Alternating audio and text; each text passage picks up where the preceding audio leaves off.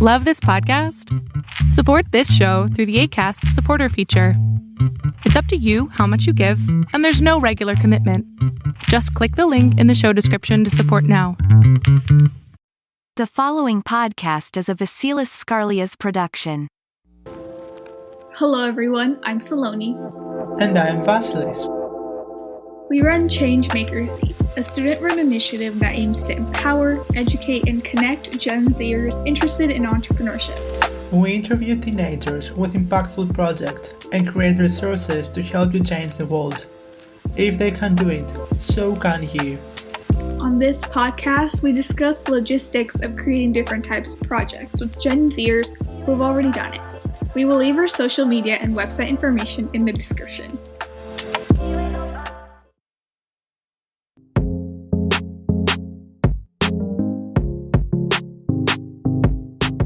We're here today with Gawx to discuss turning a passion into a successful career.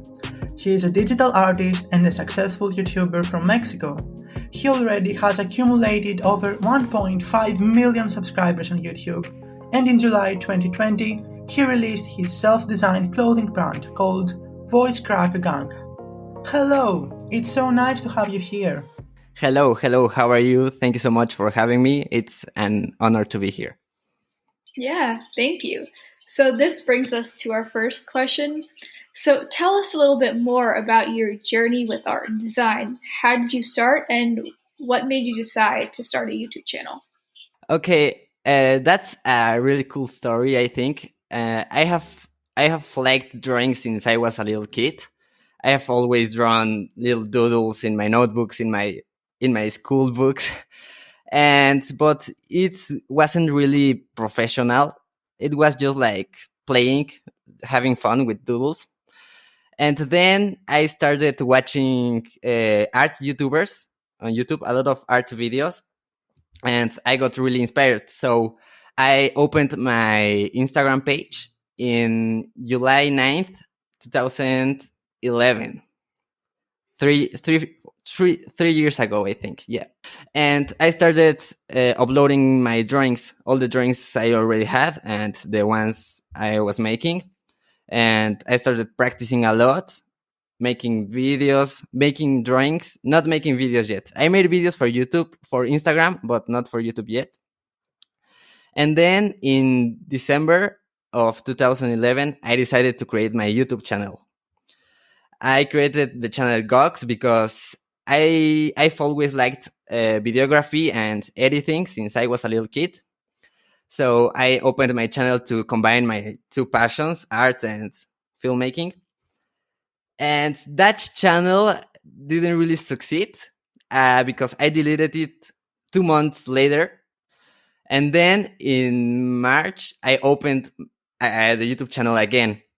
I created Gawx channel again, and I started uploading my videos more consistently, better quality, and then here we are. Wow, that's incredible. I'm so inspired. So you're completely self-taught then, right? Yeah, completely. Wow, awesome. So did you ever think that this would become a professional career when you were just getting started? Not really. I knew that you could be a professional artist, but I didn't really know that I could be a professional artist.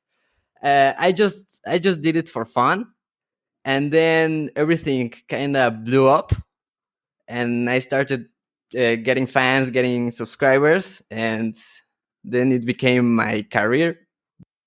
We really like your art designs, they're amazing. Thank you so much. So we have seen an evolution on your YouTube videos. You combine outstanding transitions, advanced editing, high quality image resolution, depth of color, and sometimes self-recorded versions of songs. So would you like to describe your editing process? Yeah, this is a question I get a lot, and I have never answered yet, so this is the first time. My editing process is kind of a mess. Yeah, first, of course, I record everything, and then I put it in the editing program, which is Premiere Pro. I don't know if you know it. I use Premiere Pro. And the first thing that I do once I have all my videos in the program is searching for music. I search for 3 to 5 songs, because I always need songs to start, because if I don't have a good song, I don't really feel the vibe of the video and what I wanna, the message I wanna give. So once I find some music that I really like, I download it and put it in the program as well. And then I always start with the intro. So I make the intro with the complete intro, with voice, with video, with transitions. And then after that, I make the rest of the video, but without voice and without transitions. I just make like a base with all the cuts where I want to have my transitions and where I want to say something. And after that, I add the effects and the transitions. I add all the crazy movements that you see in my videos, and the light burns, I think they are called. I also add sound effects, because that's something that I discovered some weeks ago, that sound effects really, really take your videos to the next level, because it makes it feel more like you're with me making the drawing. And yeah, that's really cool. And after I have all the video with effects, text, and sound effects, I add the color correction. And this is a thing that also takes your videos to the next level, because it makes it look like a movie. And after that, to finish, I add the voiceover. That's kind of weird, because a lot of my YouTuber friends always add the voice at the start, because they use it as a guide to place everything. But I don't really like to do it, because if I add the voice before adding the video, I can't go crazy with the transitions, because I don't really feel inspired if I have my voice before adding the music. And then I add text. All the text that you see in my videos, I add it at the end, and then I export it and post it on YouTube. You have a really unique way of creating videos, and I really like that you mentioned the sound effects. This is something very new. We're seeing plenty famous filmmakers on YouTube, and explaining Yeah. where we can find them, why we use them. It makes a new experience for the viewer. It's amazing. So how much time does it take to make a single video after all this process that you have described? It takes from 3 to 4 weeks, and in hours, like 60, 70 hours editing and 50, 60 hours filming. It's a really long time, but I think it's worth it. So we're going to have a little break and we will come back to you shortly. So tell us more about how you started voice cracking. That's also a cool story. If you have seen my videos, you have heard my voice cracks that I used to have more in the past, but my voice cracks. So today, and oh yeah. And it became like a meme of my channel, like a joke. And I started writing in my characters in the clothes voice crack gang. So I made a lot of drawings with the voice crack gang text in it. And after some months, I thought, why not make the clothes in real life? So I contacted a manufacturer. I worked with him. We organized everything. And after 3 months of planning and making the designs and everything, we launched the collection. It was really, really cool to see the clothes I designed all over the world. And yeah, it was a great project to work on. Yeah, that is so fascinating how you took a meme and turned it into this amazing empire. Wow, I am blown away. So, what are some of the biggest challenges associated with starting a clothing brand, and how did you navigate them? I think the biggest challenge is, first of all, in the planning stage, organizing the time and communication with the people you work with. Because I had a lot of problems because my manufacturer was from Netherlands and I am from Mexico, so it's a really huge time difference. And what we did is communicating in my mornings, and my mornings are his evenings, and we had calls chats, you kind of improve the communication. It was good. And also organizing my time and sending the designs on time was a really big challenge because I have to work on the videos, the Instagram posts, school, and now the merch designs. So yeah, it was a little bit crazy, a little bit messy, but I organized my time well. And another challenge was shipping. Shipping is really difficult, and also in these times with the pandemic. But we worked on the shipping. After we shipped everything, we sent emails to tell people where the packages were. And yeah, we worked on that. I would say that the first merch drop was a success. Yeah, we've seen that your first, clothing season was sold out in a couple of weeks, maybe in days, if I'm not mistaken. And Netherlands Hmm. are very far away from Mexico, so well done Yeah. with all this difficult communication and time management. It's extremely difficult to keep everything in balance. So, where do you get your inspiration from? What is your creative process?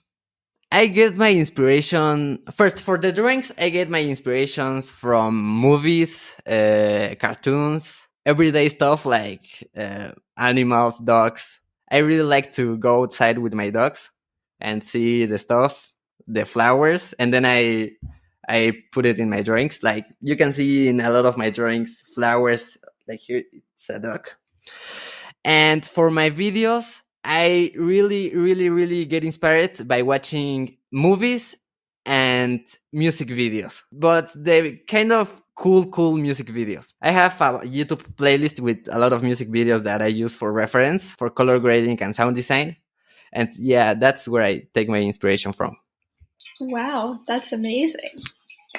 So you're out here doing so many things. You've got a YouTube channel and you've got a clothing brand, you've got school and you've got a social life. So how do you find a balance? Is there a balance and do you use any specific time management strategies to stay organized? I think there is a balance. Sometimes it's a mess, but it's mostly balanced. Uh, okay, I'm gonna tell you how my normal day looks. I wake up at 7:30 a.m. Then I prepare for school, online school now, and I have school from 8 a.m. to 3 p.m. with a break from 11 to 12 p.m. And what I do to not waste time and have more time to do more stuff, I don't know if it's really good, but I draw in the classes that I'm good at. For example, French or Spanish. Also, drawing in class helps me concentrate better because I don't get distracted with other things. I'm just drawing and listening to the teacher. And after class at 3 p.m., I eat something fast in 20 minutes and then I take a nap from 3:30 to 4 p.m. And then because I'm in the swimming team of the school, of my high school, I have to exercise. So because we can't swim right now because of the pandemic, we exercise in a Zoom session from 4 to 5. And then from 5 to 3 a.m., I work on Gawx. From 4 to 10 p.m. Then from 10 p.m. to 12, I do my homework. And then from 12 a.m. to 3 a.m., 4 a.m., I work. It's not really healthy, but that's the only way I can keep up with everything. And social life right now, because of the pandemic, I can see my friends, but sometimes we do Zoom calls and I'm drawing and talking to my friends. So yeah. Wow, that sounds insane. Yeah, it's crazy. It's crazy. So, what advice do you have for anyone looking to start a YouTube channel or any other kind of creative project? Okay, if you want to start a YouTube channel, I would tell you first of all, not to worry about the gear when you start. Because I get a lot of messages of people telling me, which camera do you have? Can I start with this camera or can I film with my phone? And of course you can. when I started my YouTube channel, I used an iPhone 5 to film my videos and an iPod, and I edited there. So yeah, don't first, when you start, don't worry about gear. Once you get bigger and you can buy a camera or a tripod, go for it. But when you start, don't worry about gear. Also, don't start because of the money, because if you want to get the YouTube money, it's not going to happen really quick. I mean, for me to monetize my channel, it took me 2 years. So if you just want to get money and you don't really enjoy the things that you do it because of passion, because you like to create. And have fun also with art. Just draw, post, draw a lot.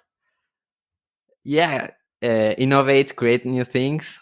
That's the advice I have for everyone who wants to start. You just shared an extremely important advice. Everything that you're doing, just do it for fun, share your inspiration, stay focused on things that matters, and live the moment. These are extremely important points for everyone's lives. So, Yeah. what does the future look like for your channel, and what does it look like for you?